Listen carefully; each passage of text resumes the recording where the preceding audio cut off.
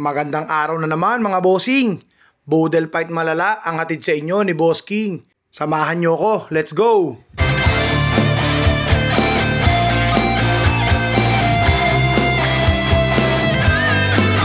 Napakasarap mabuhay sa bukid mga pare. Hindi ka makakaramdam ng gutom kung ikay tunay na madiskarte. Pwede ka mag food trip ng libre. Kaya naman agad kaming namulot ng mga suso kasi ipapalit namin yan ng hito.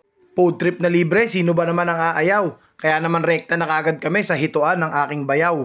Kaya naman ang mga nakuwang suso ay kabud naming binasag. Kasi yan ang gagamitin namin mamayang pambihag. DIY lang na pamingwit. Meron ka na kagad pang food trip. Tansi lang at suso. Ang kapalit na niyan ay hito. At syempre, dinala na rin namin ang pamingwit na pangmalakasan.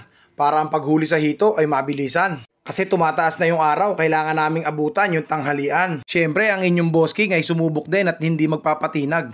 Kasi mahirap kumain nang wala ka man lang ambag. At ayan na mga bossing, ang tataba at ang lalaki. Yung kulay ng balat ng iba parang miyembro ng Philippine Army. Wala na makakapigil sa gutom namin mga repa. Kaya habang inililinisan yung hito, kami na ay nagpapabaga. At ayan na nga, natupad na nga ang hula. Ang hito ay tuluyang sinalang na.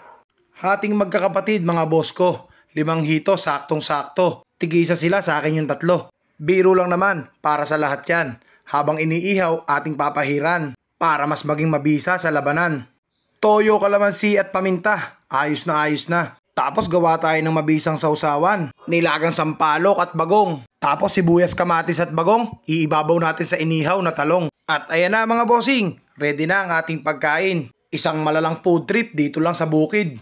Gabundok na kanin, nilagang gulay, inihaw na hito, ensaladang talong at yung ating sausawan na sampalok at bagong. Battle testing na tayo mga bossing. Kasama ko ang aking mga pamangkin. Sila nga pala si Aaron at si Adrian.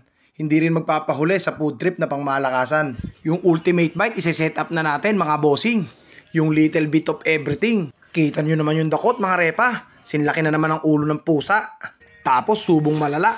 Talaga namang aana, pa.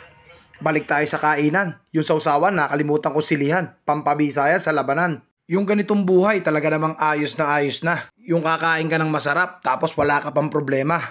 Yung didiskarte kayo ng mabisang food trip nyo mga repa. Kahit na walang laman ng inyong bulsa. Yung kakain kayo ng masarap na lasa, kahit wala kayong pera. Talaga namang sulit na sulit mga bro. Kasi napakasarap isubo ng pagkain, lalong-lalo na pag pinaghirapan mo. Kahit simple man yan, basta galing sa malinis na paraan. Yung hindi ka kinakabahan at wala kang pinagsisisihan. Malinis! At ayan na mga boss ko, yung kanin tuluyan na nga naglaho. At kung nag-enjoy ka bro, pakishare naman yung video. Bye!